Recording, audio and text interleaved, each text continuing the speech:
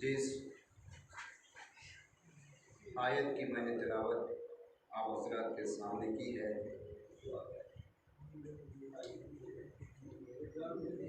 जो जनाब आदम से मुताल्लिक़ है। क़िबला तशरीफ़ फरमा है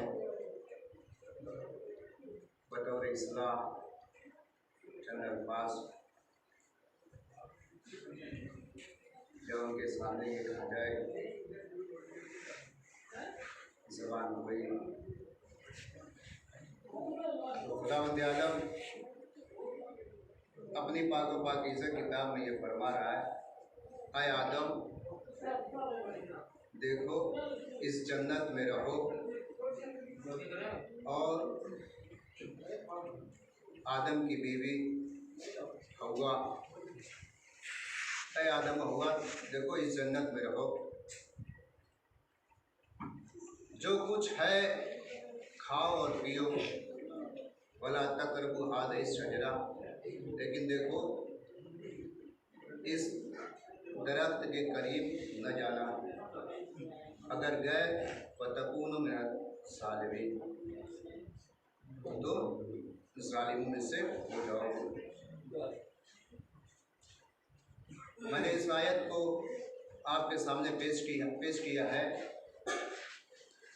असल मकसद व हदफ ये है, तो चार बातें मौजू मेरा यही है, हलाल व हराम के असरात, ग़िज़ाए हलाल व ग़िज़ाए हराम के असरात क्या होते हैं हमारे, जो हम हराम ग़िज़ा या हलाल ग़िज़ा इस्तेमाल करते हैं उसके असर क्या होते हैं। तो परवरदिगार ने कुरान में समेटा है, आदम के इस कौल को नक़ल किया है, जो वाक़यात थे वो पूरी तरीके से परवरदिगार ने अच्छे तरीके से ताकि इंसान को समझ में आ जाए नक़ल किया है। अब आप देख लें कि जनाब आदम के दो बेटे थे, ठीक है, जनाब आदम के दो, एक काबिल एक हाबिल, ये दोनों बेटे जनाब आदम के हैं, नबी ज़ादे हैं, मासूम ज़ादे हैं, लेकिन नबी ज़्यादा होने के बावजूद भी एक कातिल निकला, एक मकतूल। एक ने कत्ल किया, एक कत्ल हुआ। तो ये दोनों नबी के बेटे हैं। अब ये बड़ा टफ सवाल है कि ये नबी ज़्यादा है, दोनों नबी के बेटे, आखिर नबी के बेटे ने ऐसा किया क्यों?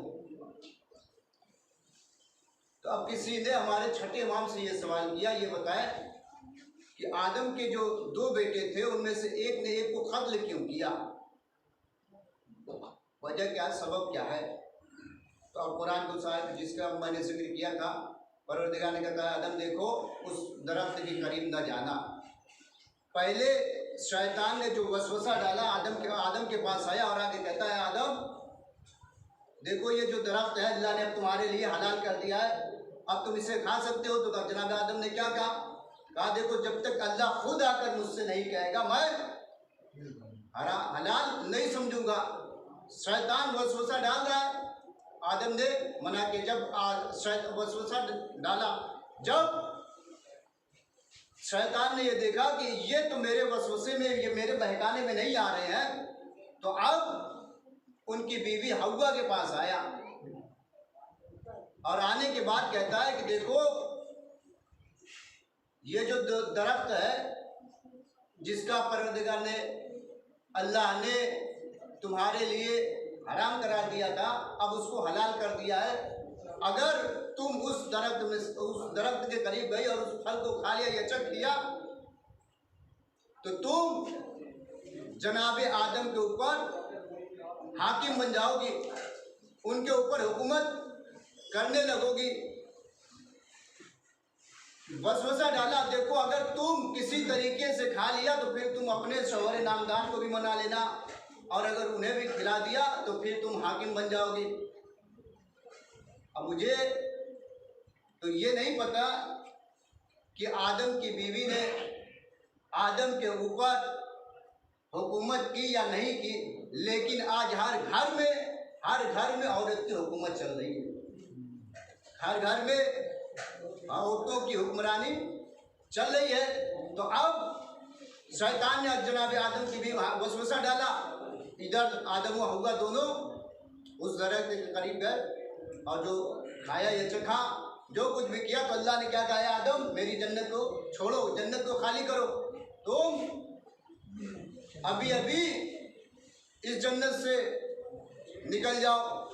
कहा ये देखो जो लिबास है इससे भी तुम उतारते जाओ, क्यों? इसलिए कि ये जन्नत के लिबास है, ये जन्नत के लिबास है। तो कहना ये था कि देखो कि जिस दरख्त के लिए परवरदिगार ने मना किया उसके करीब जब आदम गए हैं तो उससे जो दरख्त को चखा है या खाया है तो उसका असर ये हुआ कि एक बेटा कातिल बना, एक मकतूल।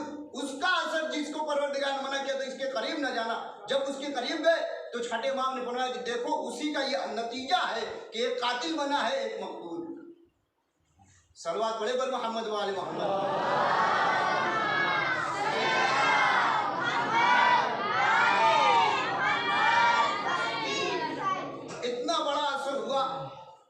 एक चीज को लेकर आप देख ले कि आज की जिंदगी में इंसान इस बात की परवाह ही नहीं करता कि क्या हलाल है क्या हराम, जो मिले वो हजम कर जाए, जो मिले वो खा जाए, लेकिन उसका असर उसमें उसकी औलाद में बज़ाहिर जाहिर होता है।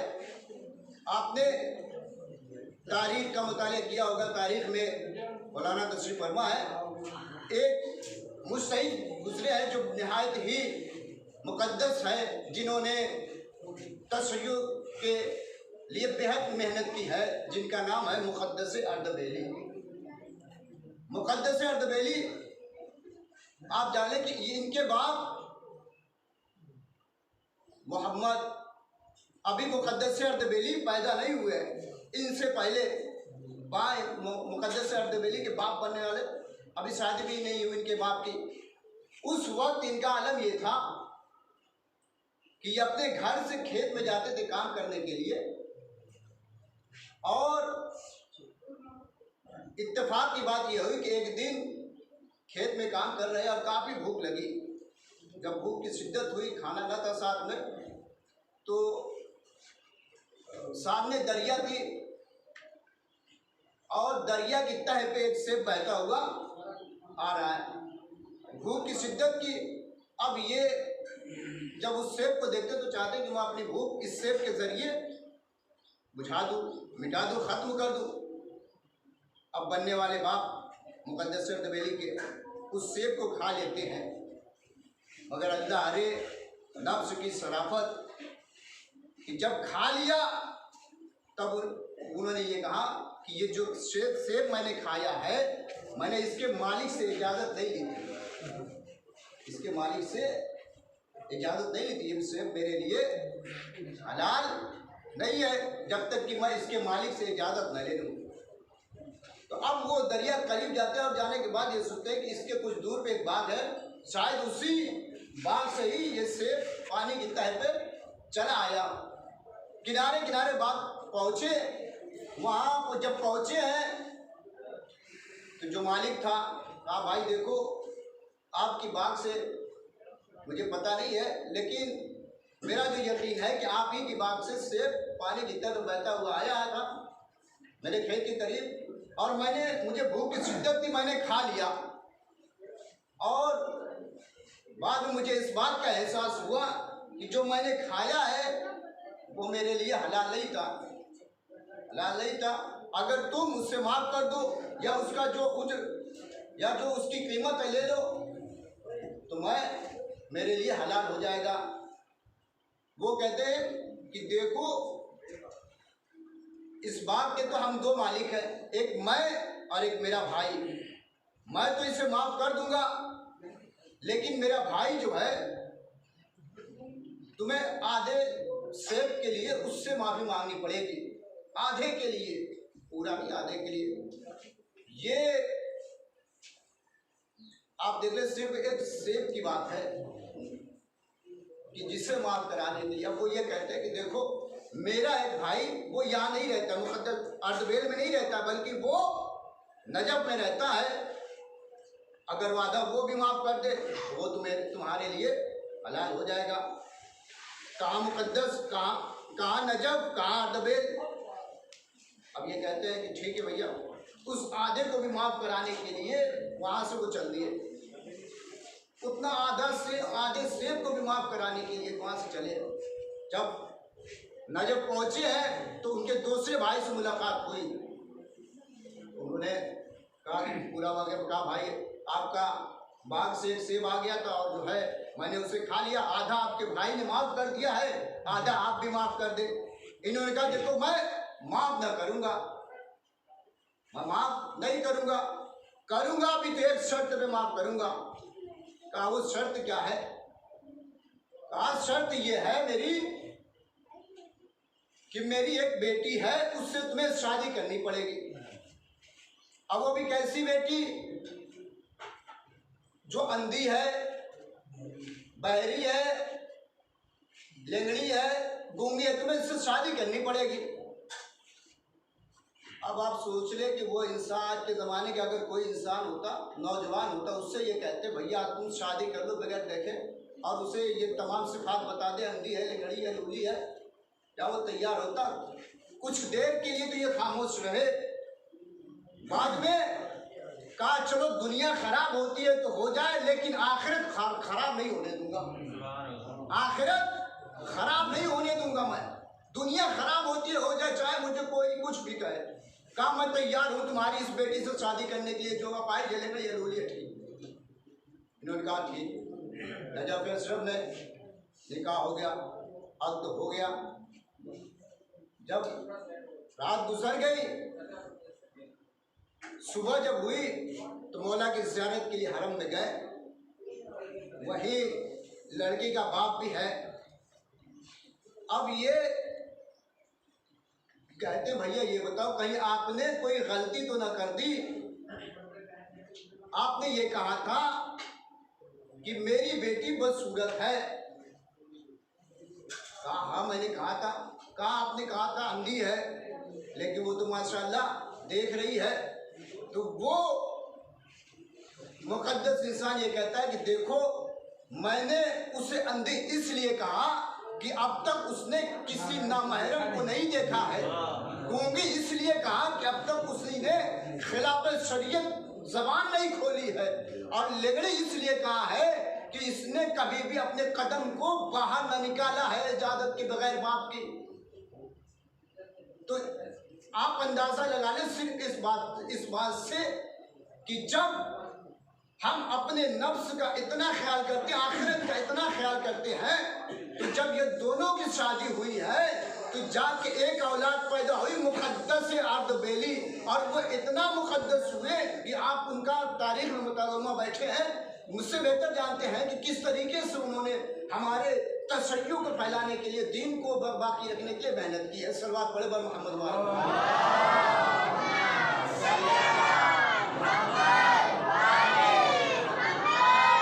जब इंसान इतनी मेहनत, इतना एहतियात करता है अपने रिस्क के ऊपर, अपने कमाए कि मैं हलाल खा रहा हूँ या हराम खा रहा हूँ, तो उसके असर उसकी औलाद में नुमाया होते हैं। आप देख ले, रसूल कायनात है जो गुजर रहे बाजार से, तमाम बच्चे खेल रहे हैं, और सब बच्चों ने बड़े अदब और एहतराम से सलाम किया।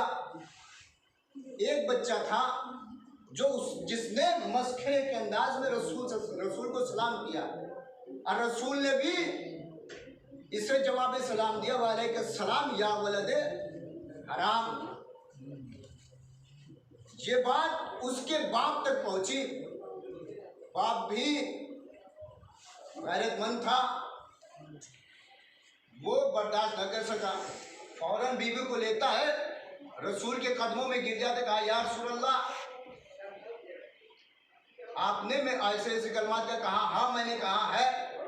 कहा क्या मेरी अहलिया ने कोई खता की है? कहा देखो, हसब व नसब के एतबार से, हसब व नसब से कोई गलती नहीं, कोई खता नहीं है। कहा मैं अपने रिस्क का ख्याल भी करता हूँ कि मैं क्या खा रहा हूँ, हलाल खा रहा हूँ। कहा मैं जानता हूँ तेरी रोज की कमाई वो भी हलाल है, लेकिन जिस दिन ये नुतफा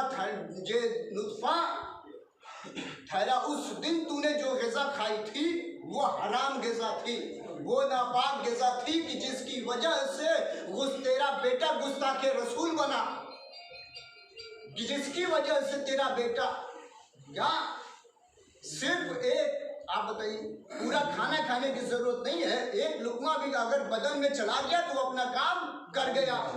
चाहे एक लुकमा खाओ या पूरा खाना खाओ, अगर गया तो वो अपना काम कर गया है।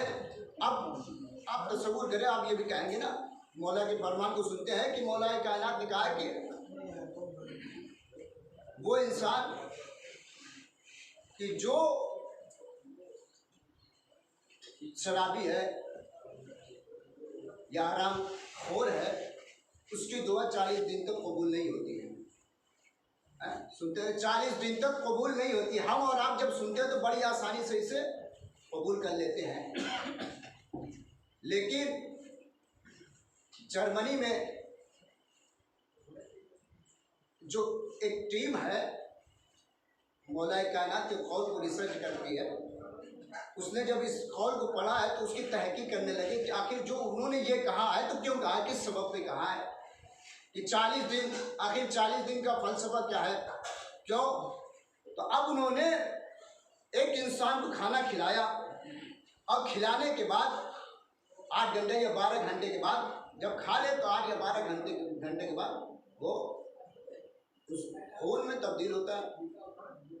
जो भी खून बनते हैं, कतरा 2 कतरा जितना भी बनता है, तो एक इंसान को उन्होंने कैद किया कि एक इंसान को खाना खिलाया, और खिलाने के बाद 12 घंटे के बाद उसके खून को लिया, और लेने के बाद उसको लैब में रख दिया, जो मशीन थी उसमें रख दिया।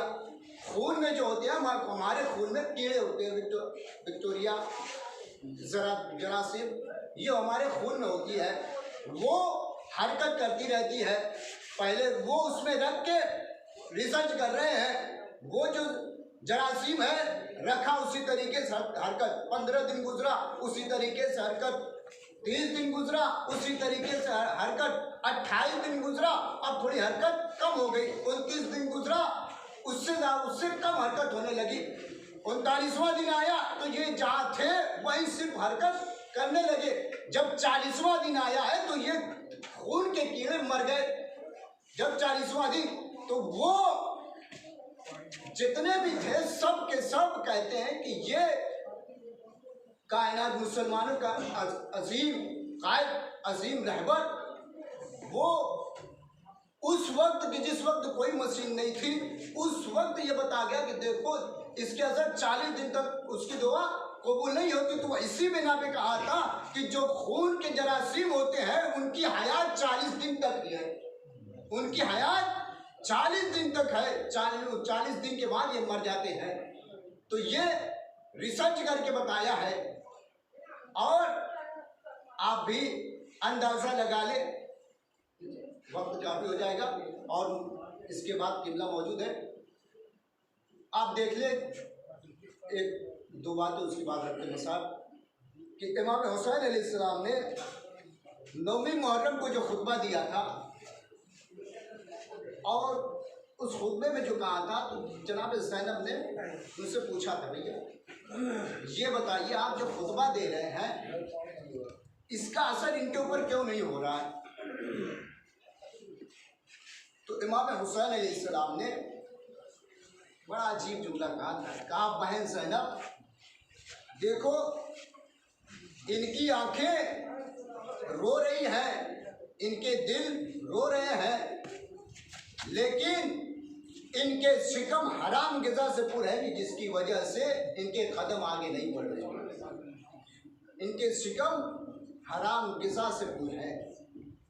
तो आप देख ले, अंदाज़ा लगा ले कि जिसके शिकम हराम ग़िज़ा से पुर हो, अगर इमाम वक्त उसे नसीहत करे तो असर नहीं करता। तो आज के ज़माने में अगर मौलवी नसीहत करे तो क्या असर करे? मोहम्मद वाले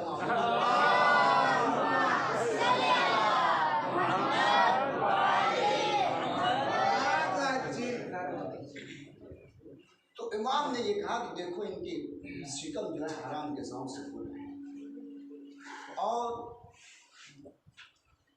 तारीख उठा के देखे इन्होंने किस किस तरीके से इमाम के ऊपर जुल्म किया। और जिसके ज़मीर जिंदा होते हैं ना, वो उसके ऊपर बहुत जल्द असर कर देता है। तारीख में आपने हुर का नाम सुना है। एक शब्द ही लश्कर यजीद से निकल कर हुसैन की बात, चंद जुमले थे जो हुर के दिल पे लगे, दिल पे लगना था। शर्मिंदा भी है कि मैं जाऊँ हुसैन की बारगाह में तो किस तरीके से जाऊँ। मैंने ही हुसैन का रास्ता रुका, मैंने ही पानी बदली, लेकिन सब कुछ के बावजूद भी अपने हाथों पे पट्टी, अपने हाथों पे बांधा, रस्सी बांधी, हुसैन की बारगाह की तरफ चल दिया। बेटे को भी लिया, भाई को भी ले गए। अरबाब अदा आज हुसैन का जश्न मनाने के लिए हम इकट्ठा हुए हैं, हुसैन के गम मनाने के लिए। ये रुका हुआ काफिला वादे शहादत हुसैन, आप अंदाज़ा लगाए कि जब इमाम हुसैन अलैहिस्सलाम शहीद कर दिए गए तो जालिमों ने ये हुक्म दिया कि देखो, इसमें हुसैन की एक कमसिन बच्ची थी जिसे हुसैन बेहद प्यार करते थे। सबको तो एक ऊँट पे दो दो करके सवार करना, लेकिन हुसैन सकीना से ज़्यादा प्यार करते हैं, इसे सर्कस ऊँट पे सवार करना, सर्कस ऊँट पे बिठाना नहीं, शिकम के बल, पेट के बल ऊँट की पूंछ पे बांध देना। और बाकायदा तारीख बताती है कि जैसे जैसे ऊँट चलता था सकीना का शिकम छल्ली होता जाता है। जैसे जैसे ऊँट चलता था सकीना का शिकम छल्ली होता जाता। तो कुछ दूर जब चला तो शहजादी ज़ैनब की नज़र पड़ी है, तड़प जाती है, कहती है बेटा सज्जाद काफिला रोका जाए। कहा ये देखो मंजर ये है कि सकीना के खून से ऊँट की पुष्ट रंगीन हो गई है। और बाबेदा काफिला कुछ दूर और चला। जब कुछ दूर और चला है तो तारीख में मिलता है कि जालिमों ने ये हुक्म, एक जालिम को ये हुक्म दिया जिसका नाम तारीख में हारिस है। उसका काम ये था कि सिर्फ ज़ैनब को देखे, कि ज़ैनब कहीं सोने ना पाए, ज़ैनब की आँख कहीं रास्ते में बंद ना होने पाए। उसका काम सिर्फ इतना था कि वो ज़ैनब के ऊपर नज़र रखे। काफिला रुका, जब कुछ देर के लिए रुका है, सबको उतारा गया। जब सब उतर गए तो शहजादी ज़ैनब एक दरख्त के किनारे बैठ जाती है। जब उस दरख्त के करीब जाके बैठ जाती है तो कुछ देर थका माना इंसान, आप तस्वीर कीजिए कि अगर कोई इंसान थका हो और वो बैठ जाए तो उसको नींद आ जाती है। शहजादी ज़ैनब बैठती है, आंख बंद होती है। इतने में किसी जालिम ने देख लिया कि शहजादी ज़ैनब की आंखें बंद है। वो फौरन हारिस के पास आता है और आकर ये कहता है, तू ये बता तेरा काम क्या है? मेरा काम है ज़ैनब को देखना। कहा देख ज़ैनब बैठी है, उसकी आंखें बंद है। अब जैसे ही उसने ये देखा, अब वो गुस्से में आ जाता है। इधर जनाब सकीना भी इस मंजर को देख रही है कि ये लईन हारिस को बता दिया, जाके बता दिया है। यह भी इस मंजर को देख रही है। जब इस मंजर को देखा तो शहजादी सकीना ये चाहती कि मैं जल्दी से पहुंच कर फूफी माँ को बता दूं, फूफी माँ को इत्तला कर दूं, वो उठ जाए, उनको अपनी आंखों को खोल ले। लेकिन शहजादी सकीना के कदम छोटे हैं, हारिस के कदम बड़े हैं। ये अपने बड़े कदमों से चलता रहा, शहजादी ज़ैनब के करीब पहुंचा और एक पत्थर को उठाया और उठाने के बाद पूरी तवानाई के साथ शहजादी ज़ैनब के सर पे वार किया। जब सर पे वार के सिर्फ तस्वुर कीजिए कि अगर कोई इंसान थका माना बैठा हो, आंखें बंद हो, कोई आके तमाचे मार दे तो वो चौंक जाता है। इधर शहजादी ज़ैनब के सर पे हारिस ने पत्थर का वार किया है। शहजादी ज़ैनब के सर से गाबता हो गया, खून को लिया है और उस घोड़े के करीब गए हैं कि जिसकी गर्दन में अब्बास का सर बना है, जिसकी गर्दन में अब्बास का सर। कहा है पास देखो, आज तक जिस पर्दे की हिफाजत किया करते थे, आज वो सर शिगाफ्ता हो गया है। अरबाब अज़ा, यह हुसैन का लुटा हुआ काफिला जब यजीद की फौज से गया हुआ है तो शहजादी ज़ैनब ने ये कहा था कि देखो बेटा यजीद से जाकर इतना कह दो कि जो तूने हमारे तबर्रुकात लिए हैं वो हमें वापस कर दे, जो भी तबर्रुकात है हमारे वापस कर दे। सैयद सज्जाद ने इस हुक्म को आगे पहुंचा दिया तो वो तमाम तबर्रुकात की जिन्हें लूटा गया था वो एक एक करके आना शुरू हुए। कभी अली असगर का खाली झूला आया है, जब अली असगर का खाली झूला आया है, माँ देखकर झूले से लिपट जाती है, हाय मेरा असगर। अरबाब अज़ा, कभी अब्बास का सर आया, बैन करने लगी बीबियाँ, वो कभी और मोहम्मद के जितने भी शोधा के सबके तबर्रुकात जो आने लगे हैं, इन्हीं तबर्रुकात में वो नन्ही सी चादर भी लिपटी हुई आई है कि जो जनाबे सकीना की चादर थी, जिसे वतन जाने की बड़ी हसरत थी, वो हर शाम कहती थी, वो हर शाम कहती थी, बाबा हम घर, भैया हम घर कब जाएंगे। हर बाबेदा जब सकीना की चादर आई है, बीबियों में कोराम बर्पा हो गया। अरे सकीना, तुम तो मदीना ना जा सकी, तुम शाम को ही आबाद करना। बीबियां मदीने जा रही है तुम्हारी निशानी को लेकर, तुम्हारी निशानी लेकर। मदीना शाम से करबला, करबला से मदीना पहुंची। बस